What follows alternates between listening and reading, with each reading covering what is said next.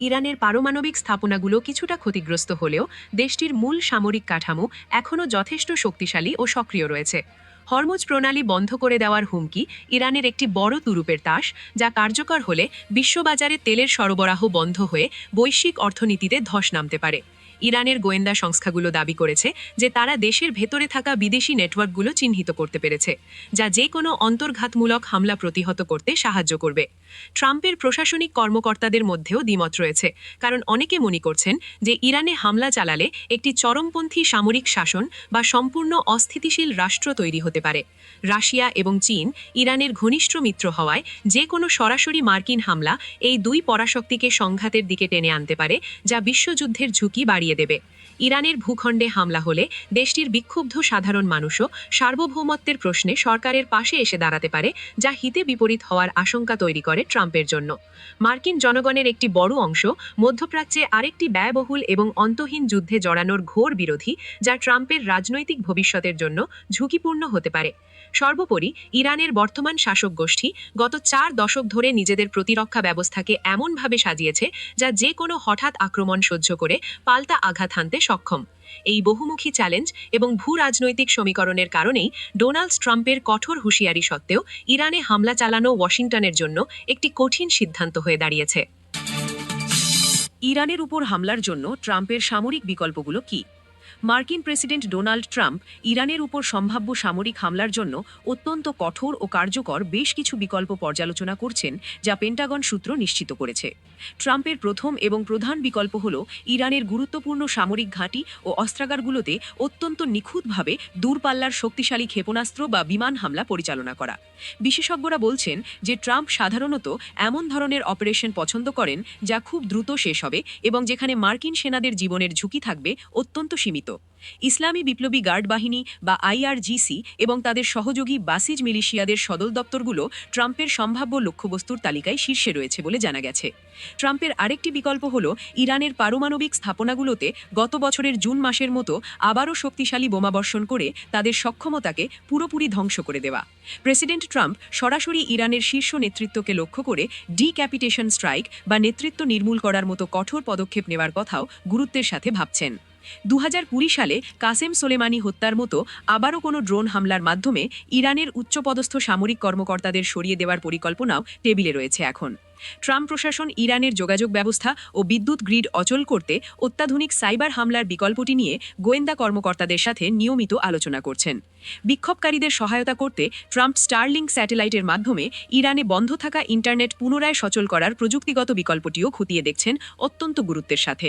White হাউসের press secretary জানিয়েছেন যে প্রেসিডেন্ট ট্রাম্প বর্তমানে লকড অ্যান্ড লোডেড অবস্থায় আছেন এবং যে কোনো সময় হামলার সবুজ সংকেত দিতে পারেন। আমেরিকা তার মধ্যপ্রাচ্যের ঘাঁটিগুলো থেকে বিশেষ B-2 বোমারু বিমান ব্যবহারের বিকল্পটি সক্রিয় রেখেছে, যা ইরানের মাটির অনেক গভীরে থাকা লক্ষ্যবস্তুতে আঘাত হানতে সক্ষম। ট্রাম্পের নির্দেশনায় পেন্টাগন ইরানের নৌবাহিনীর জাহাজ এবং হরমুজ প্রণালীর প্রতিরক্ষা ব্যবস্থা ধ্বংস করার জন্য বিশেষ নৌ অভিযানের পরিকল্পনাও চূড়ান্ত করে রেখেছে। প্রেসিডেন্ট ট্রাম্প মনে করেন যে ইরানের শাসন ব্যবস্থা এখন অত্যন্ত নড়বড়ে অবস্থায় আছে এবং একটি ছোট সামরিক ধাক্কাই তাদের পতনের জন্য যথেষ্ট হতে পারে। যদিও কূটনীতি এখনও ট্রাম্পের তালিকায় আছে, কিন্তু তিনি বারবার বলছেন যে তেহরানে মানুষের রক্ত ঝরলে তিনি সামরিক শক্তি প্রয়োগে এক মুহূর্ত দ্বিধা করবেন না। ট্রাম্পের সামরিক বিকল্পগুলোর মধ্যে অন্যতম হল ইরানের তেল শোধনাগারগুলোতে আঘাত করা, যাতে দেশটির অর্থনীতি পুরোপুরি পঙ্গু হয়ে শাসকরা আত্মসমর্পণ করতে বাধ্য হয়। মার্কিন গোয়েন্দারা ইতিমধ্যে ইরানের ভেতরে থাকা বিভিন্ন গোপন লক্ষ্যবস্তুর ম্যাপ তৈরি করেছেন, যা যে কোনো সময় বিমান বাহিনীর কাছে হস্তান্তর করা হবে বলে জানা গেছে। ট্রাম্প প্রশাসন ওমানের মাধ্যমে ইরানকে সতর্ক করেছে যে যে কোনো মার্কিন দূতাবাসে হামলা হলে তারা ইরানের 52টি গুরুত্বপূর্ণ স্থানে পুনরায় আঘাত হানার পরিকল্পনা রেখেছে। ইরানের ভেতরে থাকা সরকার বিরোধী শক্তিগুলোকে অস্ত্র ও রসদ সরবরাহ করে একটি প্রক্সি যুদ্ধের মাধ্যমে শাসকদের ক্ষমতাচ্যুত করার বিকল্পটিও ট্রাম্পের বিবেচনায় রয়েছে। সামরিক বিশ্লেষকরা মনে করছেন যে ট্রাম্প সম্ভবত আগামী 24 ঘন্টার মধ্যেই একটি সীমিত আকারের কিন্তু অত্যন্ত ধ্বংসাত্মক আকাশ অভিযানের নির্দেশ দিতে পারেন অচিরেই। সামগ্রিকভাবে ডোনাল্ড ট্রাম্পের এই সামরিক বিকল্পগুলো প্রমাণ করে যে তিনি ইরানের বর্তমান শাসনকে আমূল বদলে দিতে যে কোনো চরম পদক্ষেপ নিতে বর্তমানে বদ্ধপরিকর। গাজা গণহত্যা ইসরায়েলকে সহায়তা করেছে আরব আমিরাত। ফাঁস হওয়া অত্যন্ত গোপন নথিতে দেখা গেছে যে সংযুক্ত আরব আমিরাত গাজা ইসরায়েলের সামরিক অভিযানের সব ধরনের সহায়তা দিতে প্রস্তুত ছিল বলে জানা গেছে। আরব আমিরাতের আল দাফরা অঞ্চলের প্রতিনিধি হামদান বিন জায়েদ আল নাহিয়ানের লেখা একটি নথিতে ইসরায়েলকে একটি ভ্রাতৃপ্রতিম রাষ্ট্র হিসেবে সম্বোধন করা হয়েছে। তখন নথিটি 2023 সালের অক্টোবর মাসের এবং এটি সংযুক্ত আরব আমিরাত সশস্ত্র বাহিনীর যৌথ অপারেশন কমান্ডের কাছে পাঠানো হয়েছিল বলে বিভিন্ন সংবাদ মাধ্যম দাবি করছে। এতে লোহিত সাগরের দক্ষিণাঞ্চলে অবস্থিত আমিরাতের সামরিক ঘাঁটিগুলো ব্যবহার করে ইসরায়েলকে সরাসরি গোয়েন্দা ও লজিস্টিক সহায়তা দেওয়ার সুনির্দিষ্ট প্রস্তাব করা হয়েছিল। আমিরাতে এই প্রস্তাবে ফিলিস্তিনের গাজায় তথাকথিত সন্ত্রাসীদের বিরুদ্ধে যুদ্ধে ইসরায়েলকে শক্তিশালী করার জন্য আমিরাতি বাহিনীকে সরাসরি নির্দেশ দেওয়া হয়েছিল। স্পষ্টত ফাঁস হওয়া নথিতে আরও উল্লেখ আছে যে ইসরায়েলকে প্রায় $100 কোটি সমমূল্যের অত্যাধুনিক গোয়েন্দা সরঞ্জাম ও ডিভাইস সরবরাহ করার বিষয়টি আমিরাত নিশ্চিত করেছে। আবুধাবি গাজায় গণহত্যা শুরু হওয়ার পর থেকে ইসরায়েলের সাথে তাদের কৌশলগত সামরিক ও বাণিজ্যিক সম্পর্ক আরও কয়েক গুণ বৃদ্ধি করেছে বলে পরিসংখ্যানে দেখা গেছে। 2024 সালের একটি অনুসন্ধানী প্রতিবেদনে উঠে এসেছে যে আমিরাতের একটি প্রতিষ্ঠান সামরিক বিমানের মাধ্যমে $1,70,00,000 অস্ত্র ইসরায়েলে রপ্তানি করেছে। তখন এই অস্ত্রগুলো সরাসরি গাজা উপত্যকায় ফিলিস্তিনি সাধারণ মানুষের ওপর চালানো গণহত্যায় ব্যবহার করা হয়েছে বলে বিভিন্ন মানবাধিকার সংস্থা এখন জোরালো দাবি তুলছে। সংযুক্ত আরব আমিরাত বর্তমানে ইসরায়েলের সবচেয়ে বড় আরব বাণিজ্যিক অংশীদার হিসেবে আবির্ভূত হয়েছে, যা মুসলিম বিশ্বের অনেক দেশের কাছে চরম বিস্ময়ের কারণ হয়েছে। ফাঁস হওয়া ওই নথিতে কাতার ও কুয়েতের সমালোচনা করে বলা হয়েছে যে তারা ফিলিস্তিনের সশস্ত্র গোষ্ঠীগুলোকে আর্থিক সহায়তা দিয়ে আমিরাতের নীতির বিরোধিতা করছে। তখন আমিরাতের রাষ্ট্রীয় মালিকানাধীন প্রতিরক্ষা প্রতিষ্ঠান এজ বর্তমানে ইসরায়েলের শীর্ষস্থানীয় অস্ত্র নির্মাতা প্রতিষ্ঠান রাফায়েল এবং আইএআইএ শেয়ার ধারণ করছে। মানবাধিকার সংস্থাগুলো দাবি করছে যে আবুধাবি অপারেশন গ্যালেন্ট নাইট 3 এর আড়ালে ইসরায়েলের সামরিক লক্ষ্যগুলো হাসিলে পর্দার আড়ালে থেকে অত্যন্ত নিবিড়ভাবে কাজ করছে। গাজার দক্ষিণ অঞ্চলে আমিরাতের পক্ষ থেকে যে পানি শোধনাগার স্থাপন করা হয়েছে তা মূলত ইসরায়েলের নির্ধারিত মানবিক জোনে মানুষকে ঠেলে দেওয়ার একটি অংশ মাত্র। আমিরাত এবং ইসরায়েলের এই গভীর সামরিক ও গোয়েন্দা আঁতাত ফিলিস্তিনিদের ওপর চালানো দখলদারিত্বকে আরও দীর্ঘস্থায়ী এবং শক্তিশালী করছে বলে বিশ্লেষকরা মনে করছেন। এখন ইসরায়েলি সাবেক মোসাদ প্রধানের প্রতিষ্ঠিত সাইবার নিরাপত্তা প্রতিষ্ঠানের সাথেও আমিরাতি কোম্পানিগুলো বড় ধরনের চুক্তি করেছে, যা তাদের নিরাপত্তা সহযোগিতাকে আরও স্পষ্ট করে।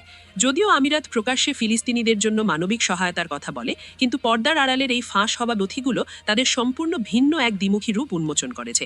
আমিরাতের এই ধরনের বিতর্কিত পদক্ষেপের কারণে আরব বিশ্বের অন্যান্য দেশগুলোর সাথে তাদের কূটনৈতিক সম্পর্কের ফাটল এখন আগের চেয়ে অনেক বেশি চওড়া হতে শুরু করেছে।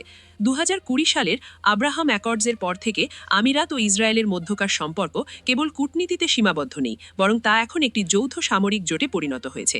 সামগ্রিকভাবে ফাঁস হওয়া এই নথিগুলো প্রমাণ করে যে গাজা গণহত্যায় ইসরায়েলের সবচেয়ে বড় এবং নির্ভরযোগ্য আঞ্চলিক মিত্র হিসেবে সংযুক্ত আরব আমিরাত সক্রিয় ভূমিকা পালন করছে। জাপান দক্ষিণ কোরিয়ার সম্পর্কে নতুন অধ্যায়, ড্রামস্টিক ডিপ্লোমেসি। জাপান ও দক্ষিণ কোরিয়ার দীর্ঘদিনের অমীমাংসিত ঐতিহাসিক তিক্ততা কাটিয়ে দুই দেশের সম্পর্কের বরফ গলতে শুরু করেছে 2026 সালের এই নতুন বছরের শুরুতেই। জাপানের নতুন প্রধানমন্ত্রী সানায়ে তাকাচি এবং দক্ষিণ কোরিয়ার প্রেসিডেন্ট লি জে মিউংয়ের মধ্যকার সাম্প্রতিক বৈঠকটি দুই দেশের কূটনীতিতে এক নতুন মোড় নিয়েছে। জাপানের প্রাচীন শহর নারায় অনুষ্ঠিত এই শীর্ষ সম্মেলনে দুই নেতা কেবল আনুষ্ঠানিক আলোচনাতেই সীমাবদ্ধ থাকেননি, বরং তারা ব্যক্তিগত পর্যায়ের আন্তরিকতা প্রদর্শন করেছেন। এই সম্মেলনের সবচেয়ে আলোচিত এবং চমকপ্রদ মুহূর্তটি ছিল দুই নেতার একসাথে ড্রাম বাজানোর একটি অনানুষ্ঠানিক ও আনন্দঘন জ্যাম সেশন, যা বিশ্ববাসীকে অবাক করেছে। জাপানের প্রধানমন্ত্রী সানায়ে তাকাচি ছাত্রজীবন থেকেই একজন শৌখিন ড্রামার হিসেবে পরিচিত এবং তার এই শখের কথা মাথায় রেখেই প্রেসিডেন্ট লি একটি বিশেষ উপহার আনেন। দক্ষিণ কোরিয়ার প্রেসিডেন্ট তার জাপানি বন্ধুর জন্য কোরীয় ঐতিহ্যবাহী কারুকাজ করা একটি চমৎকার ড্রাম এবং বিশেষভাবে তৈরি ড্রামস্টিক সেট উপহার হিসেবে প্রদান করেন। এই ড্রামস্টিকগুলো কোরীয় ঐতিহ্যবাহী লাক্ষার কাজের মাধ্যমে অত্যন্ত শৈল্পিকভাবে সাজানো ছিল, যা দুই দেশের সাংস্কৃতিক মেলবন্ধনের এক অনন্য প্রতীক হয়ে ওঠে।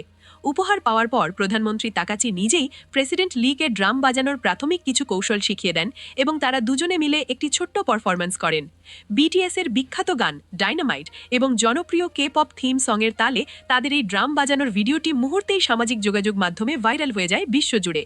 কূটনৈতিক বিশ্লেষকরা দুই নেতার এই অভাবনীয় সাবলীল ও বন্ধুত্বপূর্ণ আচরণকে ড্রামস্টিক ডিপ্লোমেসি বা বাদ্যযন্ত্র কূটনীতি হিসেবে অভিহিত করতে শুরু করেছেন। এখন এই ড্রামস্টিক কূটনীতির মূল বার্তা হল যে দুই দেশ এখন আর পেছনের তিক্ত ইতিহাস নিয়ে পড়ে না থেকে বরং ভবিষ্যতের